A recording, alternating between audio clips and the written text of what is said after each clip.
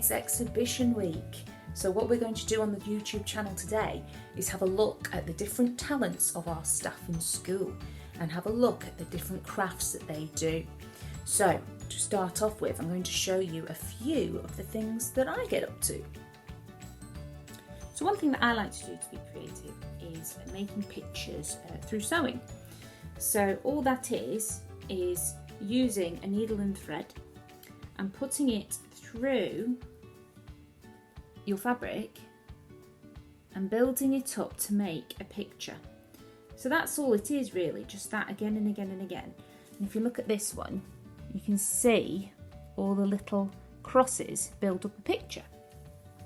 And I've done that on some of these behind me in different ways. And they're basically just pictures of things that matter to me. So the bicycle's there, cup of coffee of course. Those of you who know me, I own guinea pigs. And just lots of different things really. So I've used my craft to decorate my house in that way. Another thing I like to do to be creative is playing the harp. You may have seen me play these in the Christmas performance, and it took me an awful long time to learn that little song. So I'm still very, very new at it. So it needs a lot of practice if you're going to do an instrument. I can show you all the different notes and a little song I've been working on. You might recognise it. I won't play the whole thing because I can't play the whole thing. So have a listen. Let's see if you know the song.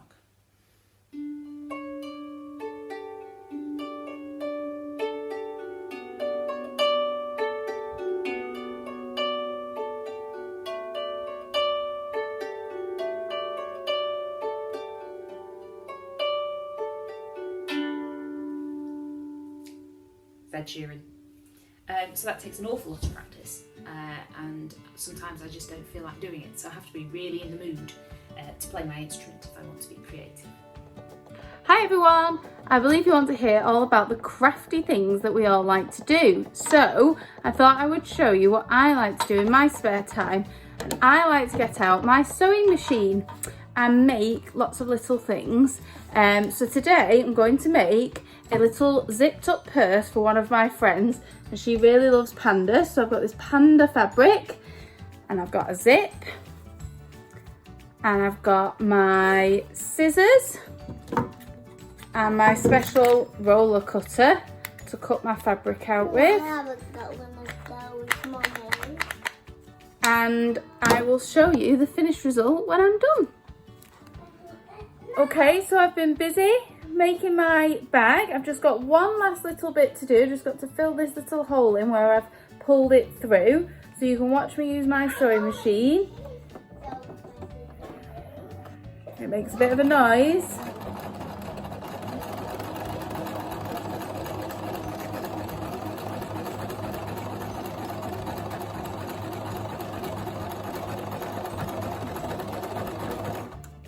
Okay, lift the foot up. Cut the thread off so it's nice and neat, and then the magic happens. Got to turn it inside out now. Put that in there and you can see I've made a zippy panda bag with a nice spotty lining. That was a lovely crafty afternoon. See you soon. Hi, I'm Tracy Durkin and I work in the School for the Send. So I'm going to show you some of my craft artwork. A lot of it is in the loft, some of my portraits and paintings, but this is my favourite, it's got to be. So this is the rolled chair. I'm just going to show you some more pictures. This was one of the tables actually I made. I made it multifunctional, so it would roll out into a footstool and a side table and tuck away. It's made out of stainless steel, which I'm going to show you now. So on the left there, that's how it arrived. I cut it down on a huge bandsaw. Then it was rolled, so a manual roller. And you can see on the right, that was the shape. And then I made a wooden carcass. You can just see behind it, the sides that are made out of MDF. And it was pine inside. Really pleased. So this was one of my final degree shawls. I'm going to show that again. There we go. It actually got in both papers, and I actually won.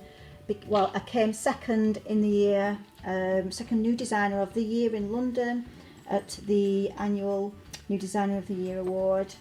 It was in many exhibitions. It was down in London DP Wine Shop, Rosendale, lots of different things. It's now in the back of my garage.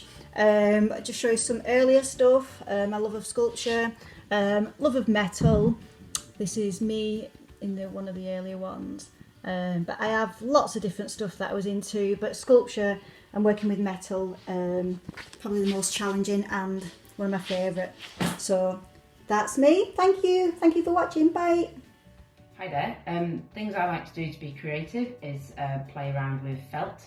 Here's an example of a piece that I've created. It's got two types of felt form. I've got wet felt and needle felt. So how you do your wet felt is you get some washing up liquid and some water, and you lay out your felt, and you can flick the water onto the felt and combine it together by using many different ways. And you'll get a piece like so. To add detail onto my piece, I then did what they call needle felt, and I got myself a piece of felt and a needle that's got lots of grooves, and I just pierce through the felt, which combines all the fabrics together to add a little bit of detail to my design. Another form of felting that I like to do is with the needle felting is make these characters. Hi everyone, I'm Carl, part of the site team. In my spare time, to be creative, I love to play my guitar. This one is my favourite. This has got a sound hole where the sound comes out when I strum. It has 6 strings, a neck where it has the frets where you press down to get the notes, and this is the headstock. These here are the tuning pegs, and you turn them to keep the guitar in tune. So here is one of the songs that I do. See if you know it. I'm on my way, driving at 90 down those country lanes, listening to Tiny Dancer, and I miss the way you make me feel. It's real. We'll watch the sunset over the castle on the hill.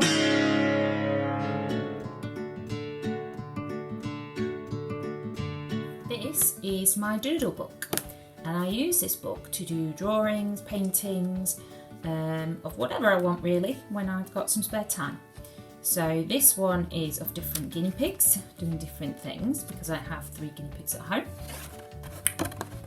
This one is like a rainforest. You can see the flowers and some mushrooms. This one is about where I live, so the hills. Bet you can guess what this one is. This one's under the sea, different fishes and seaweed. And this one is about where I want to go, and I would like to visit Japan one day. And this is all different imagery from Japan.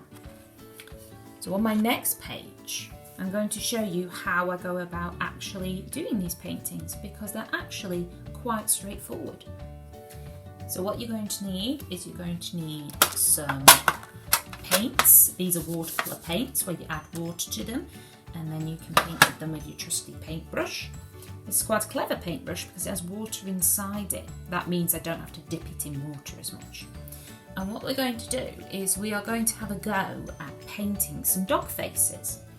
So I'm just going to get my paint, and I'll show you how you would do it. You'd put water on a regular one and choose a colour. I'm going to choose a blue, I think.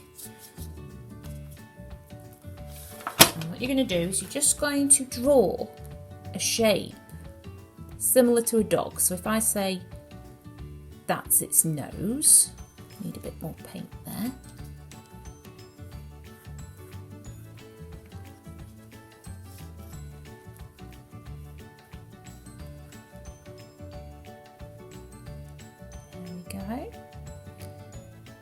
And that doesn't look like anything at the minute, does it? But the magic happens when you start adding in the detail. So now I'm going to choose a different colour. And I think I will go for red. Or reddy pink. And I'm going to draw another sort of shape, whatever I fancy.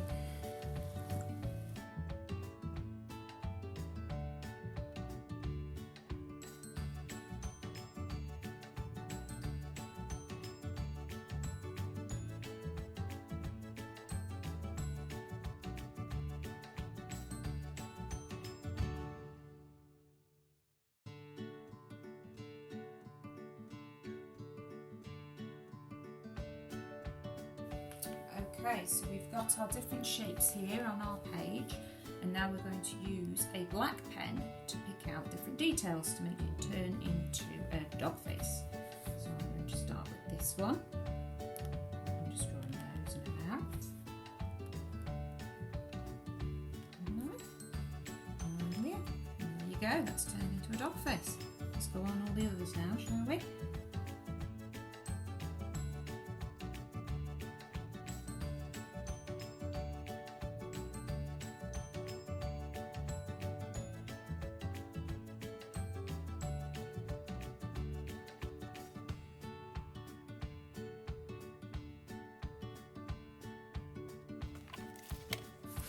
Okay, there we go. We've turned them into dog faces, and now we can start looking at adding some more detail with a different type of marker.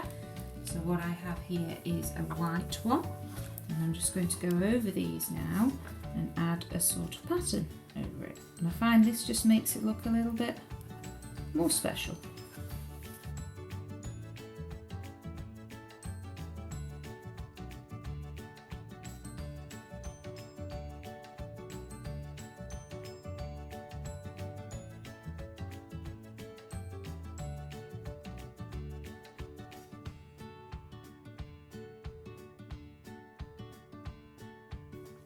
Okay, there we go. We've got different patterns on there. This one looks more like a cat, but we'll ignore that. And now we can start looking at the background. I'm going to choose a colour, and I will colour all the background in that colour. On the background, I decided to go for a dark background because I wanted my white pen to really stand out on these black bits, because I think the white pen looks really, really good. So now what I'm going to do is I'm going to use my pen to put some details in the background. So, for example, I know that dogs like bones, so I'm going to draw a bone. See what happens when I cover it all in different patterns. Okay, and there we go. So we have the end product of our dog faces on this page. It's come out all right, I'm quite happy with it. And you can just see how you can go about turning an odd shape into a face or something else. So do try it at home, it's very good fun.